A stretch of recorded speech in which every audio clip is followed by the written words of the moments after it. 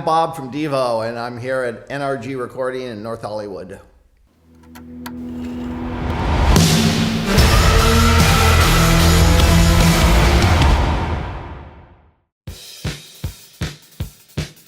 Well, I had some part-time jobs that were like busboy at an ice cream parlor and stuff. But my first real job was I operated a rock crushing machine at a sand and gravel pit out in Kent, Ohio.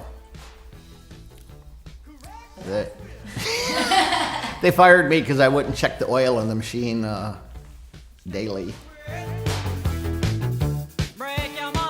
My first start in music was piano lessons by the church pianist at my parents' school at church.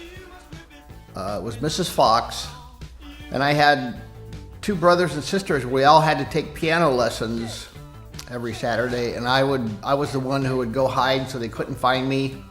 But then they'd eventually find me and drag me into the living room to sit with Mrs. Fox for a half an hour. I'm a guitar player, and I play, well, with MIDI, I play just about any instrument in the world. My favorite guitar is an Ibanez. Since 1979, my band was on tour in Japan.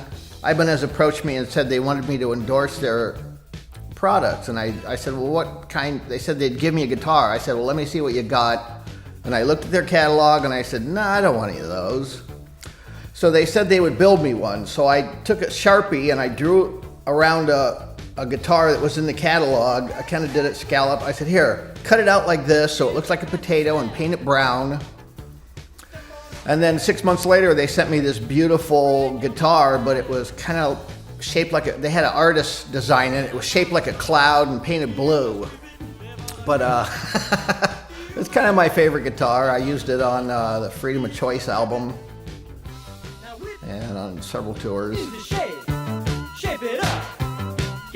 No, tours are horrible. Or any fun memories with DEVO?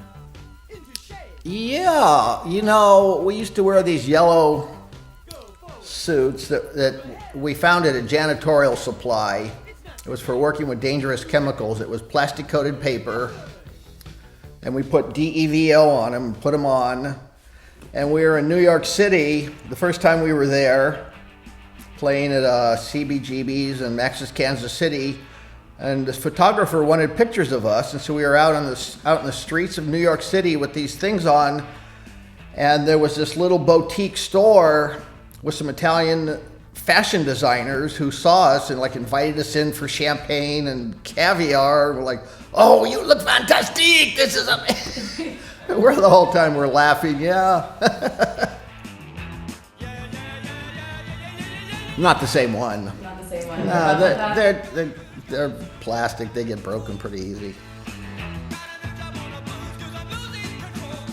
I did Rugrats for a number of years, maybe 150 episodes, and then they had a spin-off called All Grown Up that I worked on, and they had a series of Ronald McDonald cartoons that I worked on, the same company.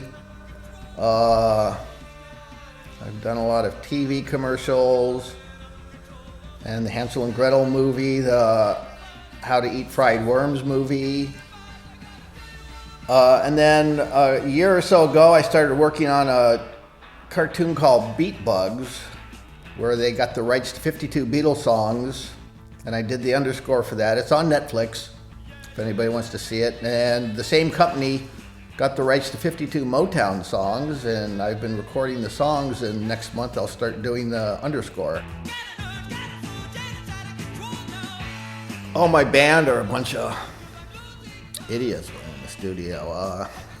We fight a lot. You know, there was two pairs of brothers, so there was a lot of little infighting. Everybody on a different day hated somebody else in the band. Well, what we did with DEVO, we always had a rehearsal space, and we would, on a 4-track, we would actually record demos of all the songs before we went in the studio. And then we would just torture whoever was producing us by saying, no, make it sound like this, the sound on the 4-track. And they'd be going, it doesn't work that way. But the songs I've been recording for this Motown project was a lot of fun because it was a lot of young, really talented musicians who just came in and read charts but could play with feeling, and it was fun every day.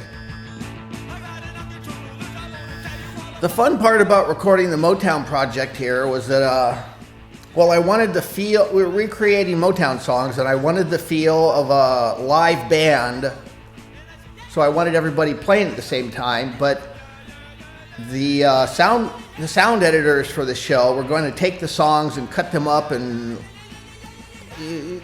for different places in the song and have different instruments playing each time, so I needed a lot of separation, and this was the perfect place. It's a big live room, but it also has a lot of ISO rooms. It was just like perfect for what I needed. One of the other things I really loved about recording here was all the gear. I mean, the musicians were just, it was like Christmas to them to come in and go, oh, I got a 58 P bass I can use.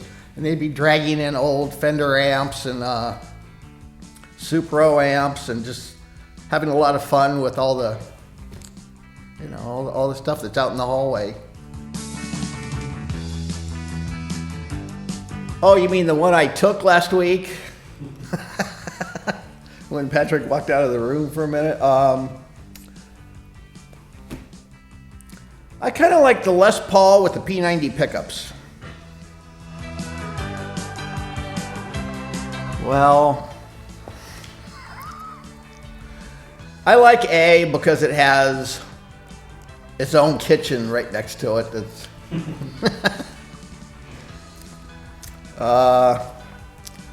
other than that, both rooms sound amazingly similar to me.